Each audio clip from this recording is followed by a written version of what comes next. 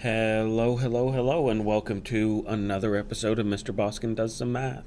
Today we're doing illustrative math, grade 8, unit 3, lesson 12, practice problems.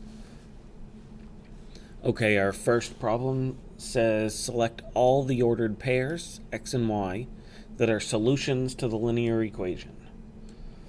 So, how do we check this? Well, each of these is an x value and a y value, and we have an x and a y in our equation, so we are going to substitute them in. Our first point is 0, 2, 2, x, the x value we have is 0, plus 3, the y value we have is 2, equals 6. 2 times 0 is 0. 2 times 3 is 6. Does 0 plus 6, that was a lousy looking 6. Does 0 plus 6 equal 6? Yes. 6 equals 6. Perfect. That one works.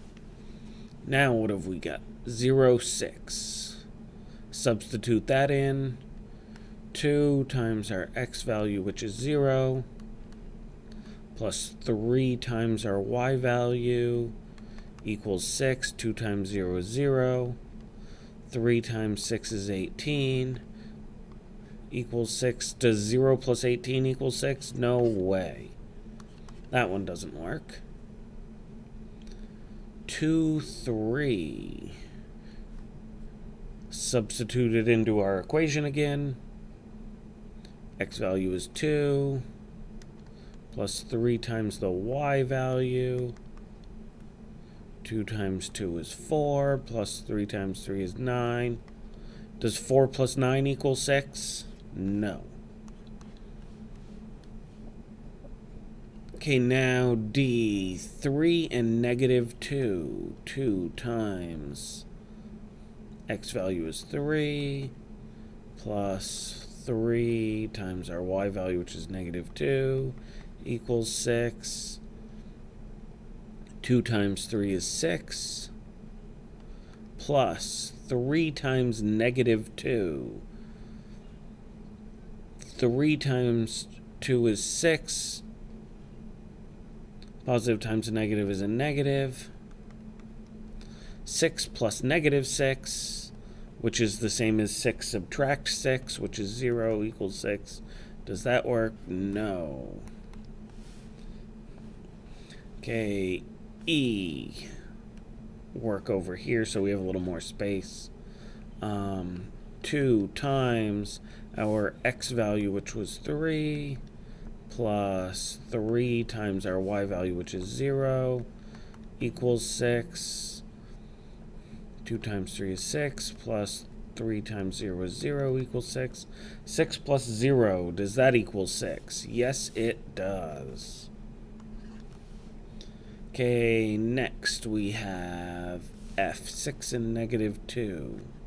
2, we substitute in 6 for x. Substitute in negative 2 for y. 2 times 6 is 12. Plus 3 times negative 2 is negative 6. Adding a negative means subtracting. 12 subtract 6 is 6. That one works. So it looks like A, E, and F are the correct answers for this one. Okay, next question. Zoom in a little bit on the beginning of this. The graph shows a linear relationship between X and Y. X represents the number of comic books Priya buys at the store, all at the same price. Y represents the amount of money in dollars Priya has after buying the comic books. Find and interpret the x and y intercepts of this line. So let's start out with the y-intercept, because that's the one we've been working with more. The y-intercept is where we cross the y-axis. It's what we start at when x is 0. So if we buy 0 comics, we have $20. So the y-intercept is our starting value, or starting money. That's how much money Priya had to begin with. Our x-intercept is here, and that is when y equals 0. So the x-intercept is how many comics when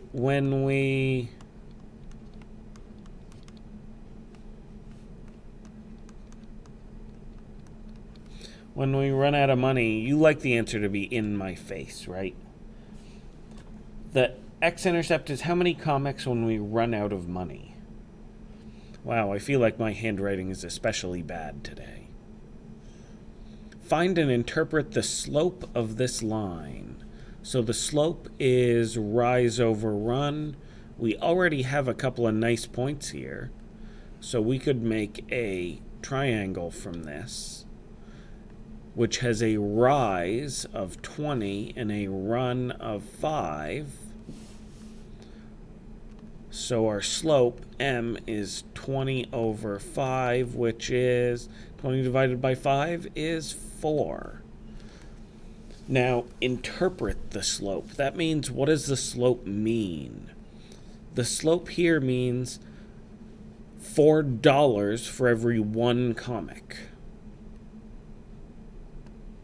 So it is the price of a comic. Find an equation for this line. Okay. Y equals, what's our slope? We know it's 4. X plus, what's our y-intercept? It's 20. Equation of this line is y equals 4x plus 20.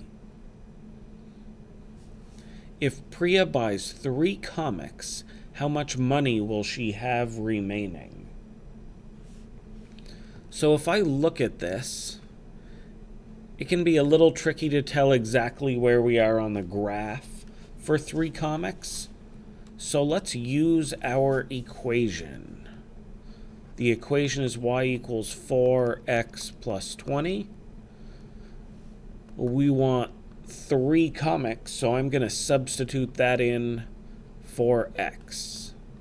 Y equals 4 times 3 plus 20. You know what I just realized? I just realized that I'm an idiot. I should re-record this, but I'm too lazy to. Is this line going up or down? This line is going down. Should our slope be positive 4? That slope is negative. How many of you were yelling at me for being an idiot? Hopefully most of you. There. Let's bring that negative slope around.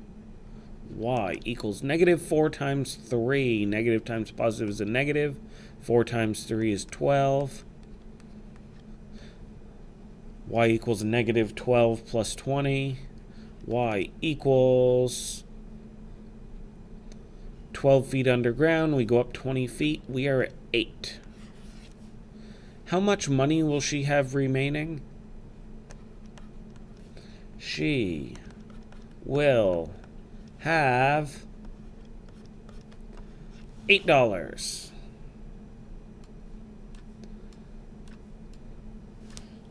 Okay, what do we have next? Match each equation with its 3 solutions. So we have sets of points, and we have equations. So, how are we going to do this? Well, the easiest way is to just figure out if all of these points work with this equation. So if y equals 1.5 times x,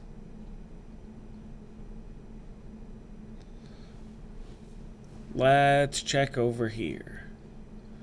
X is 14.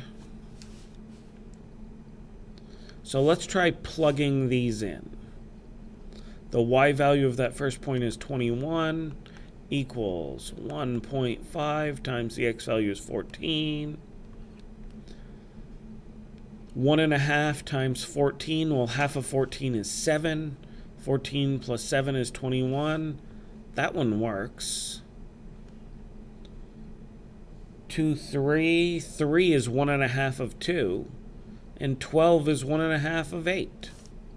That first one was pretty easy. It went with the first one.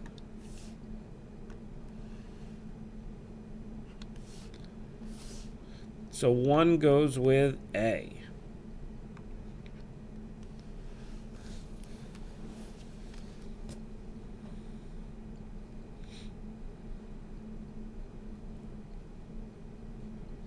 Now, let's check the next one.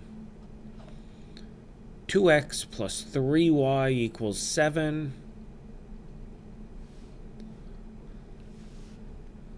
If we try our first point here, 2 times negative 3 plus 3 times negative 7.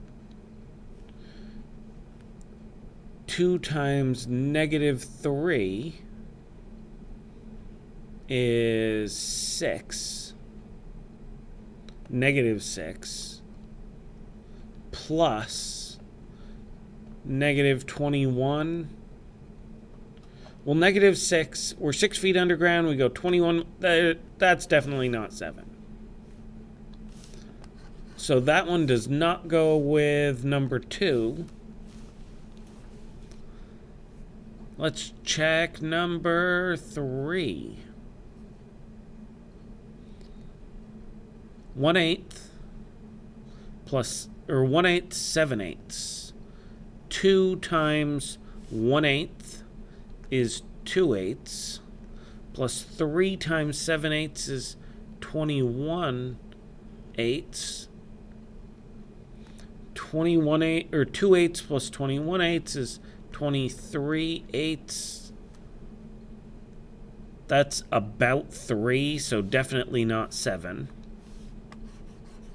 And once we know one of these points doesn't work, if we want all 3 points to work, we know that we're done. That's not going to work. So let's check number 4 now. 2 times 1, and then the y is 1 2/3. 2 times 1 is 2. 1 2/3 is 5/3. 3 times 5/3 is 15/3. Okay, 15 divided by 3 is 5. So 2 plus 5 equals 7. That works. So I'm thinking B is going to go with 4. Now let's check another one. Negative 1 and 3. The next point for 4 is negative 1, 3. So if I plug in negative 1 there and 3 there, 2 times negative 1 is negative 2. 3 times 3 is 9. Negative 2 plus 9 is 7. Okay. Our third point for 4 is 0 and 2 1/3. Well, 2 times 0 is just going to be 0. 2 1/3 is 7/3, so 7/3 times 3 is 21/3. 21/3 is 7. So those two are going to go together. 4 goes with B. C is x subtract y is 4. X subtract y is equal to 4.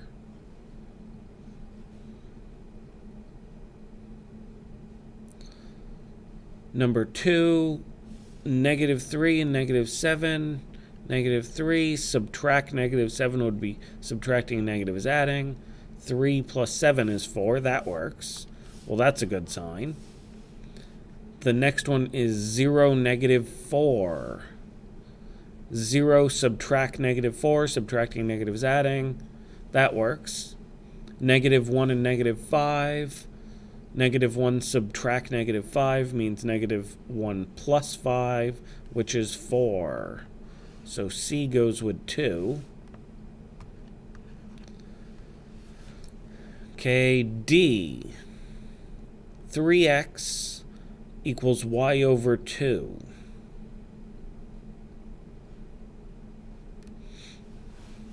Which one is going to work for that? Well, if I look quickly at 3,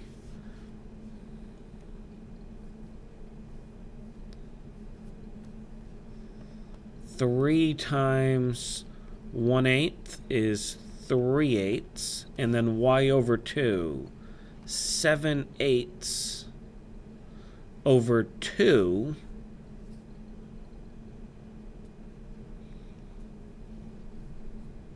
Dividing by 2, multiplied by 1/2, that would be 7/16. 3/8 and 7/16 are not the same. So I bet this one is going to have to go with 5, because that's all that's left. Let me check one of those. 3 times 0.5 is 1.5. And then 3 over 2 is also 1.5, so that works. Now, that means these should go together. Y equals -x plus 1. So if the y is 7/8 equals -x, so -1/8 plus 1, that works. Yep. 1 goes with A, 2 goes with C, 3 goes with E, 4 goes with B, 5 goes with D. A container of fuel dispenses fuel at a rate of 5 gallons per second. If Y represents the amount of fuel remaining in the container and X represents the number of seconds that have passed since the fuel started dispensing, then X and Y satisfy a linear relationship. In the coordinate plane, will the slope of the line representing that relationship have a positive, negative, or 0 slope? So, our graph is going to look something like this. Y is the amount of fuel remaining.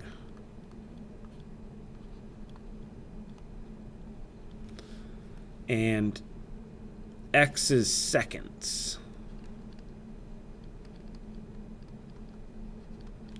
We know the container dispenses fuel at a rate of 5 gallons per second.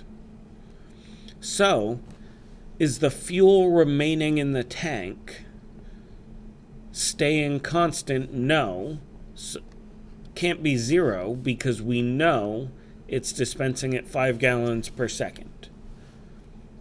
So then we have to think, does the amount of fuel in the tank go up by 5 gallons a second or down by 5 gallons a second? Well, if we're dispensing fuel, the amount of fuel we have is going down because we're dispensing that. So the slope is negative. Why? Because we're dispensing it. A sandwich store charges a delivery fee to bring lunch to an office building. One office pays $33 for 4 turkey sandwiches. Another office pays $61 for 8 turkey sandwiches. How much does each turkey sandwich cost? Or how much does each turkey sandwich add to the cost of the delivery? So, if 4 sandwiches is $33. And 8 sandwiches is $61. Well, twice as many sandwiches is not twice as much money. So it's not proportional. You're paying something for the delivery. How much did our cost go up by? Well, 61 subtract 33 is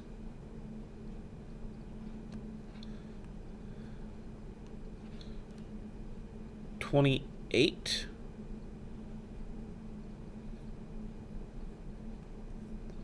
And so we paid $28 extra to get 4 sandwiches. So what's 28 divided by 4? That is 7. So how much do we pay per sandwich? $7 a sandwich.